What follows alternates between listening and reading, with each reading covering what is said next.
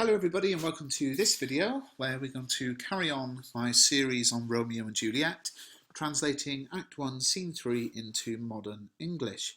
Everything you see on the screen today comes from my ebook. It's £1.99. Pick up a copy. The link is in the description.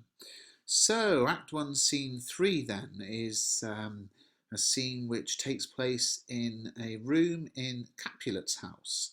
And if I just zoom in a bit on the screen, on the left-hand side is the original text and the right-hand side is my translation.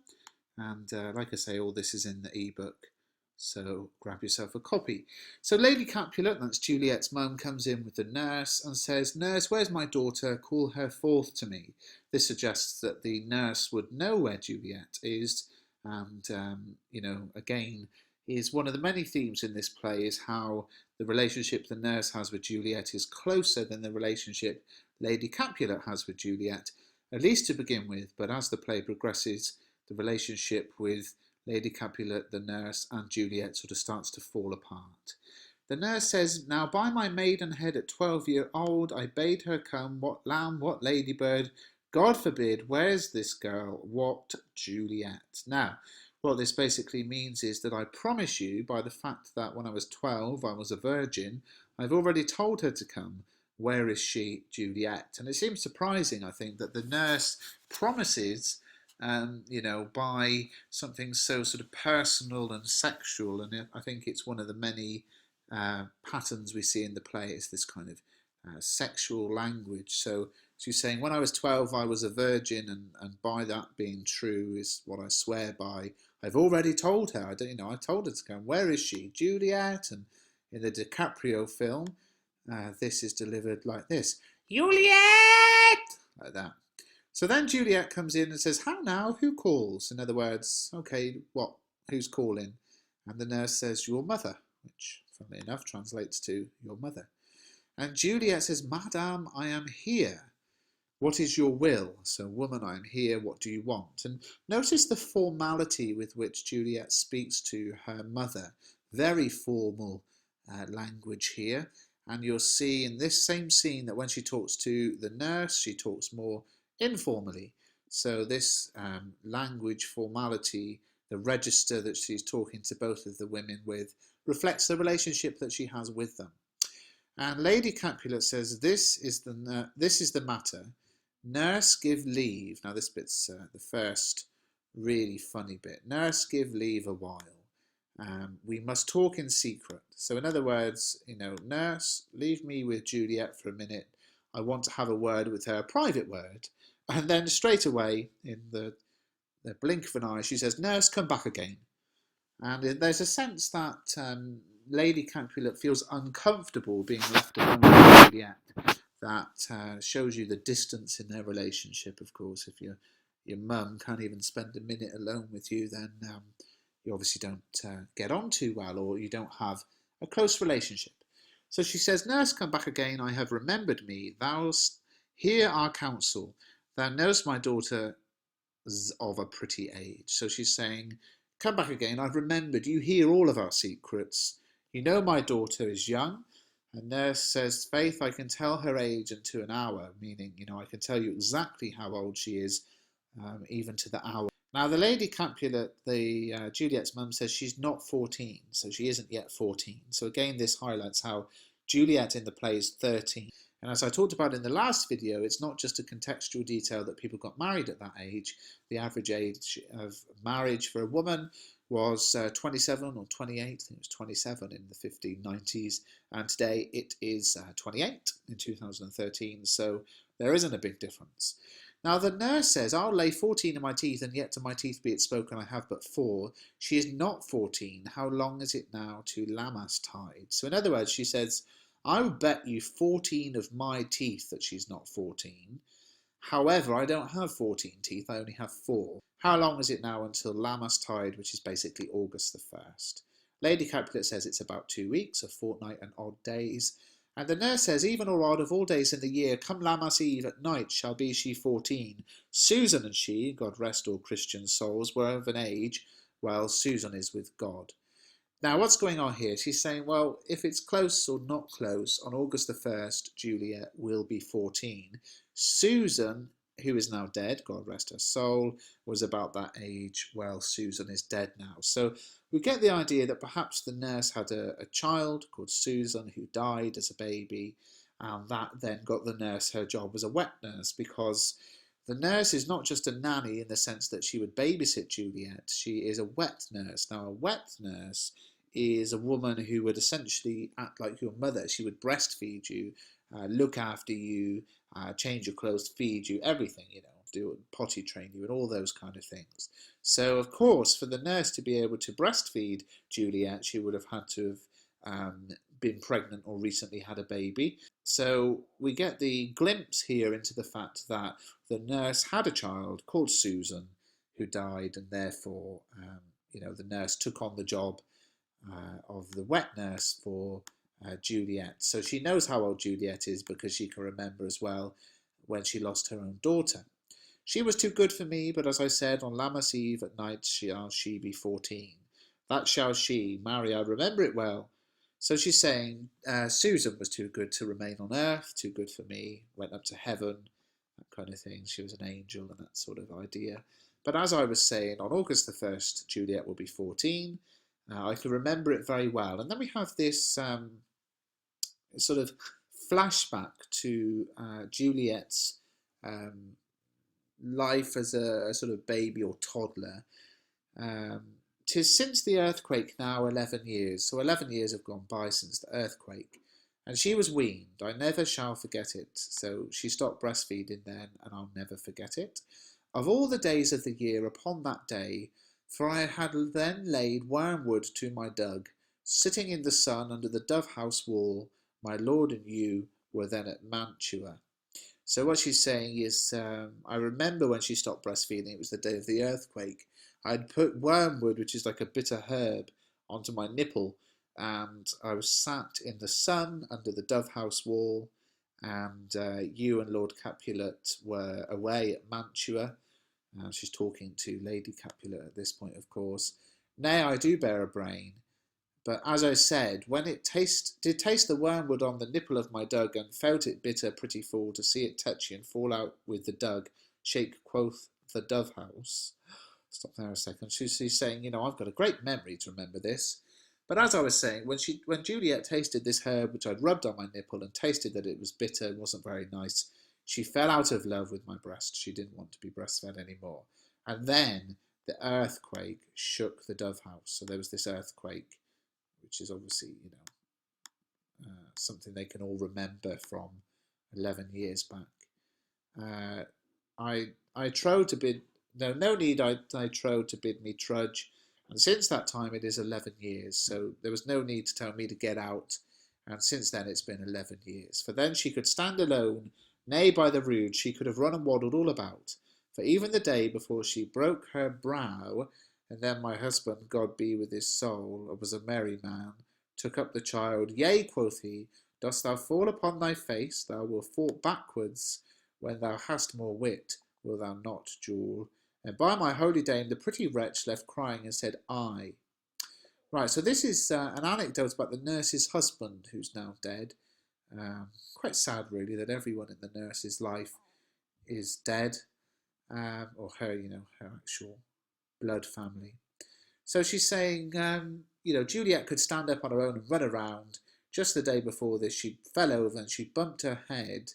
And my husband picked her up and he said, oh, did you fall on your face? You will fall backwards when you're a bit older, won't you, Juliet? And I'll come back to this when I do the answer here.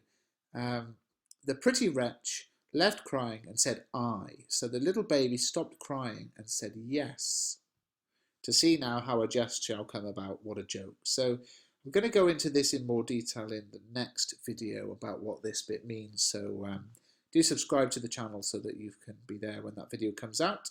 It might already be out now, so have a look in the playlist. While I'm on it, if you're still watching this video, please do give it a thumbs up and a share. It really does help.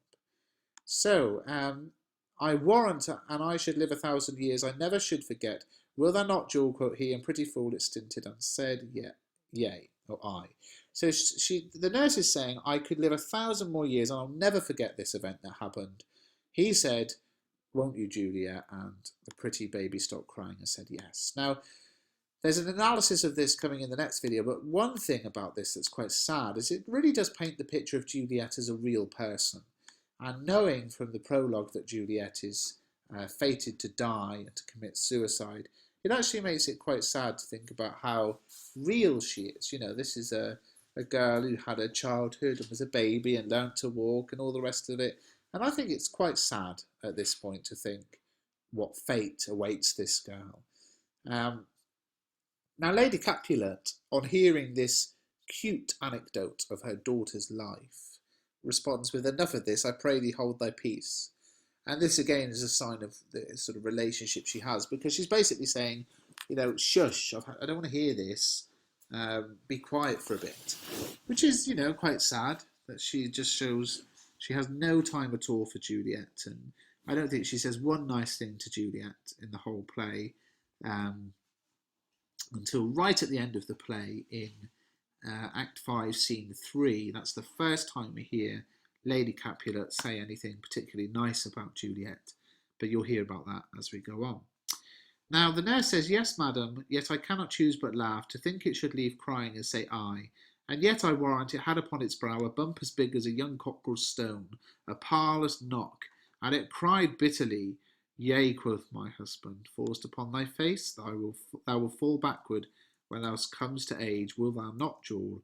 It stinted and said aye. So even though, and this is a comic scene, a comic moment, because even though Lady Capulet said, "All right, enough, shush now, shut up," the nurse says, "Okay," and then retells the whole story pretty much and says, "Yes, you know, but I can't help but laugh to think that Juliet stopped crying and said yes."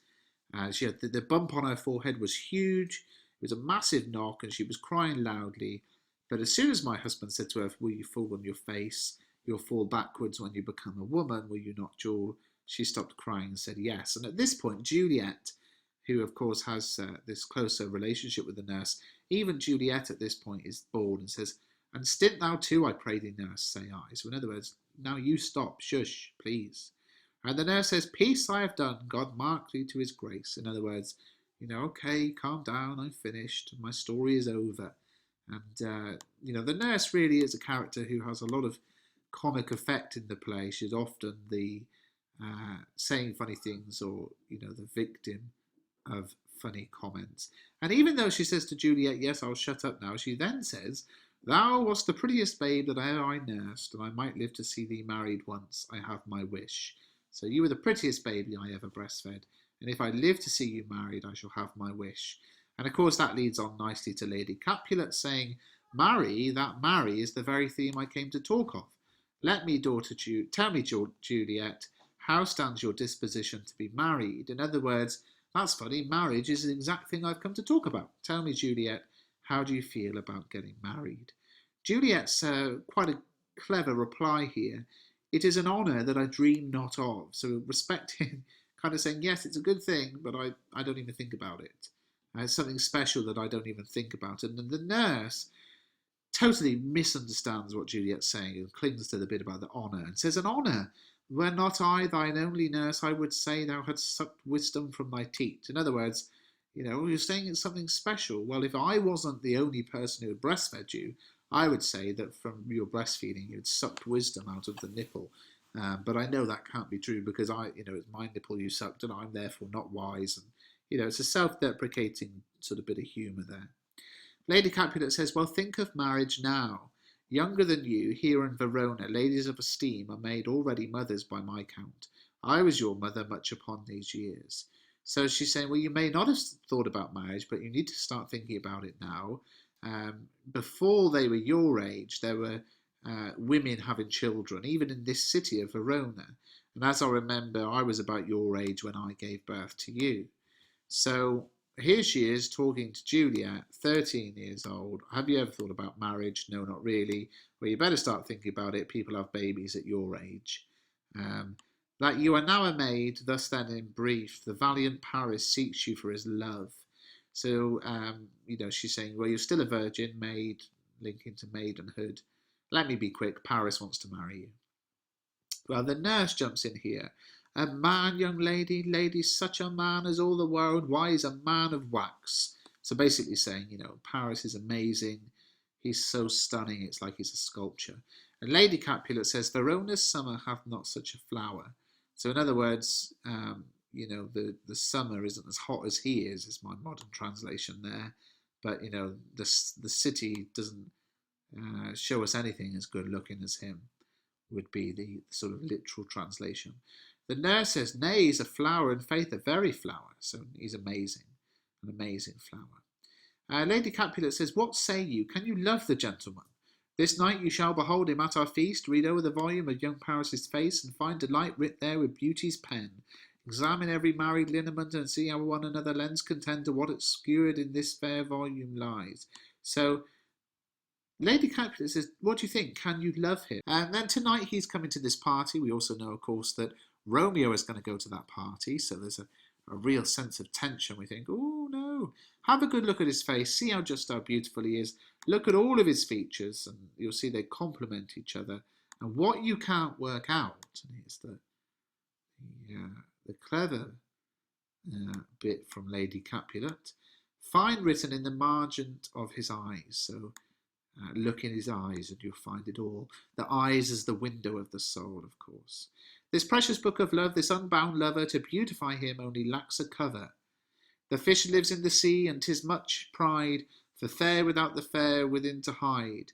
That book in many's eyes doth share the glory that in gold clasps locks in the golden story. So shall you share all that he doth possess, by having him, making yourself no less. So we're going on with this idea that he's a book, but he hasn't got a cover. And to be perfect, or to perfect him, or complete him, he needs that cover. The fish live in the sea, and that is right, but it would be wrong for you to hide from a great man like Paris. Everybody loves Paris, and they will love you as well if you marry him. So it'd be kind of fame by proxy. You know, you will take on his reputation by marrying him. And the nurse says, no less, nay bigger, women grow by men. So the nurse kind of says, you know, it won't be that people like you because of him. You'll become even more perfect if you marry him. So Lady Capulet says, speak briefly, can you like of Paris's love? Tell me quickly, can you fall in love with him? And Juliet very cunningly says, I'll look to like, if looking liking move, but no more deep will I endart mine eye. So in other words, I'll try to, but I won't let myself fall any more in love than your consent gives strength to make it fly. So in other words, I'll have a look at him tonight. I'll see if I can fall in love with him, you know, no more than you want me to, though. And then a servant comes in and says, Madam, the guests are come, supper served up, you called, my young lady asked for, the nurse cursed in the pantry, and everything in extremity. I must hence to wait, I beseech you, follow straight. In other words, Madam, the guests are here, food is being served, you're wanted, Juliet's wanted, people are moaning about the nurse, please come with me. And Lady Capulet says, we follow thee, so okay, we're coming. Servant goes, and Lady Capulet says, Juliet, the county stays. In other words, Paris is waiting for you. And the nurse says, go, girl, seek happy nights to happy days. So, you know, in other words, this is a little bit of a sexual link here. Go and look for a man who will give you many happy nights in bed. And they all exit. And that's where we get to in this scene. So everything that you've seen in this video comes from my ebook. Please do pick it up, follow the link in the description. Subscribe, like, comment, share, etc. Thank you.